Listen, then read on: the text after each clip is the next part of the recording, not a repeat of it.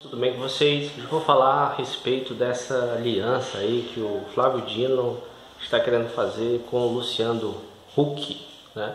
Luciano Huck já há bastante tempo vem demonstrando seu interesse numa participação ativa na política, até pensando em se candidatar à presidência. Ficou aquela coisa toda na eleição passada em que ele quis se candidatar, depois acabou desistindo, aquela questão com a Rede Globo. E a gente tem que lembrar, né, que ele apoiou o Bolsonaro. Isso é algo assim absurdo, né? A gente mostra o nível desse cara, né? E claramente as ideias dele são de direita, né? Até podem dizer que ele não é uma direita fascista como Bolsonaro, apesar de ter apoiado ele, né? Mas ainda assim é um cara de direita que defende ideias de direita, né? Então não tem nada a ver com a esquerda. E por conta disso, né, o Flávio Dino recebeu diversas críticas, né, principalmente de pessoas ligadas ao PT, por exemplo, ao mesmo tempo que a gente viu uma aproximação do Lula com o Flávio Dino e muito apoio por parte da esquerda, de modo geral, ao Flávio Dino. Então ficou bem estranho para o Flávio Dino essa aliança, essa possível aliança com o Luciano Huck, né? Então assim, a gente fica naquela, parece que o Flávio Dino está querendo o apoio ao mesmo tempo do PT com uma ala da centro-direita, ou mesmo até de alguns setores da direita liberal.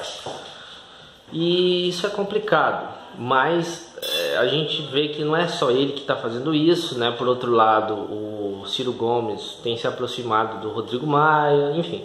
O que a gente está vendo é uma aproximação de setores dessa centro-esquerda, dessa esquerda política, com setores da direita, querendo fazer uma aliança.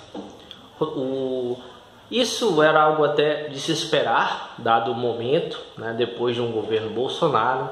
Essas alianças tentam de alguma forma mitigar o problema, né, que é um problema muito maior. Existe o problema sistêmico do sistema capitalista, existe o problema do golpe em si, que tem uma relação também com esse problema sistêmico. E o que eles querem é mitigar a questão, tentar fazer uma aliança ali com esses grupos para tentar melhorar um pouquinho a coisa, sem mexer nada de forma estrutural. E por isso recebe crítica de diversos setores da esquerda, né? Tem razão em criticá-los mesmo. E é aí que eu quero chegar no ponto mesmo desse vídeo, né? Que é o problema maior na minha visão. A esquerda, a direita, ela conseguiu o monopólio da comunicação, né? Então ela conseguiu introduzir na mente das pessoas uma série de ideias que culminam, que fazem com que elas apoiem esse pensamento liberal, esse tipo de modelo que vem sendo adotado no Brasil. Mesmo que elas não apoiem totalmente, mas uma série de dogmas que eles estão pregando, as pessoas estão aos poucos se introduzindo. Por exemplo, contra o pensamento das pessoas em favor de privatizações, por exemplo. Então o que eles fazem? Eles pioram o serviço público propositalmente, né? Não prestando os seus serviços bem, não porque um órgão público, por ser público, não preste um bom serviço, e sim porque eles não contratam o pessoal necessário para isso. Por exemplo, no caso aí a gente vê do INSS, de outros órgãos que não estão realizando concursos públicos. Então eles fazem isso de modo proposital, quer dizer, eles deixam ali um contingente de pessoas muito pequeno, que não é o bastante para o órgão, porque é um órgão gigante para todo o Brasil, né? Então não tem como prestar esse serviço, então não investem nesses órgãos, em tecnologia, em equipamentos e em pessoas. Então isso faz com que esses órgãos, propositalmente, esses órgãos não funcionem bem. Então passam a ideia de que eles não funcionam bem porque é um setor público e não porque o governo em si não está investindo bastante nesses órgãos, né? Então eles vão criando tudo isso, não só em relação a essa questão, mas em outras, para as pessoas aceitarem ideias liberais, como, né, neoliberais, como as privatizações, que é uma coisa que o brasileiro em si é contrário. Afinal, a imensa gama, a imensa maioria das pessoas dependem dos serviços públicos, não tem condições de pagar por um serviço privado. A gente viu o que gerou no Chile exatamente isso, né? As pessoas não tendo acesso a praticamente nenhum serviço que elas teriam direito, se tivessem um serviço público, elas teriam o direito de ter esses serviços prestados, mas tudo foi privatizado praticamente lá. Então é isso que querem fazer no Brasil, e isso leva a um caos social, como tem levado, né? Um caos no INSS, a volta do país aí, a miséria crescendo no país, né? O Brasil voltou ao mapa da fome. Então o desemprego galopante. Então assim, a situação das pessoas está extremamente ruim. Então tudo aí é uma questão maquiavélica, né? Tipo, bom, agora que está tudo ruim, qualquer coisa que você dê para as pessoas, elas vão se dar por satisfeitas, né? Hoje, por exemplo, como a maioria das pessoas estão desempregadas, se você der para elas um subemprego, mesmo que elas tenham uma qualificação muito boa, muitas vezes algumas delas vão estar por satisfeitas, se sentirem satisfeitas, porque elas estão numa situação de desemprego. Então assim, você gera propositalmente uma crise muito grande no país, que gera desempregos, para poder tirar os benefícios que essas pessoas já tinham conquistado com muita luta, né?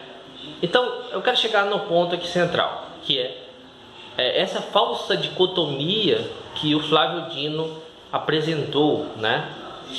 Ele fala como se assim, o que é que ele diz quando ele vai justificar? Olha, é melhor eu me juntar ao Hulk e ele ficar contra o Bolsonaro e a gente, né, conseguir um apoio maior, do que o Hulk apoiar o Bolsonaro, né?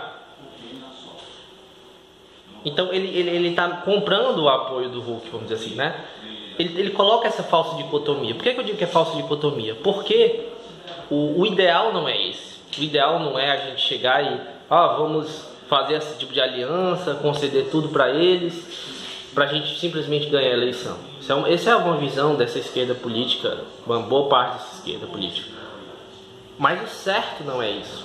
O certo é fazer uma aliança com as bases populares, como existia no início ali do processo de democratização, né? Antes havia diversas greves populares, lutas, manifestações populares nas fábricas e tudo. Havia dos sindicatos, dos estudantes, enfim, dos grupos sociais, desses grupos sociais, tanto de estudantes, professores, quanto dos trabalhadores braçais, né, das indústrias e tudo mais. Então havia ali uma força muito grande. O PT, por exemplo, cresceu com essas bases populares, né, e tem se distanciado disso ao longo do tempo. Não só o PT, evidentemente, como todos os outros partidos, a maior parte dos outros partidos da esquerda, né, da centro-esquerda. Hoje são centro-esquerda, né? Então assim, esse era o caminho certo. Eles não querem fazer esse caminho, como não estão fazendo.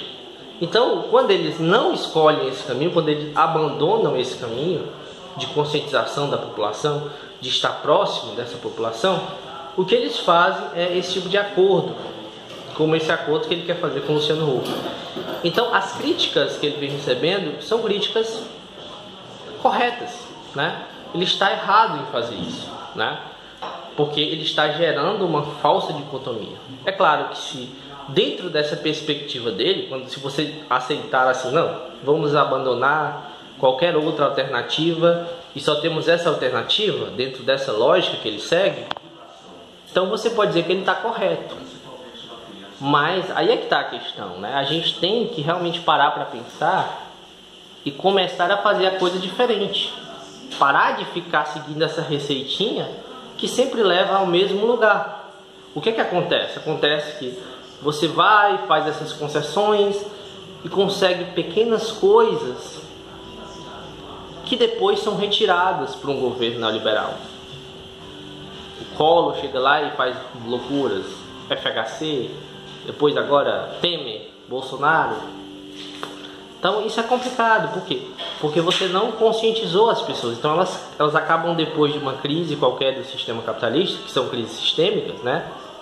Crises cíclicas, acabam aderindo a essas ideias imbecis, como o Bolsonaro, esses caras malucos, que vão chegando lá para tirar tudo das pessoas. E ainda dizendo que é uma coisa boa, porque a mídia vai dizer isso. Então a gente tem que fugir dessa falsa dicotomia, né? Então esse é o meu recado de hoje. Aí essa é a minha conclusão que eu chego desse caso. Então obrigado a todos e até mais.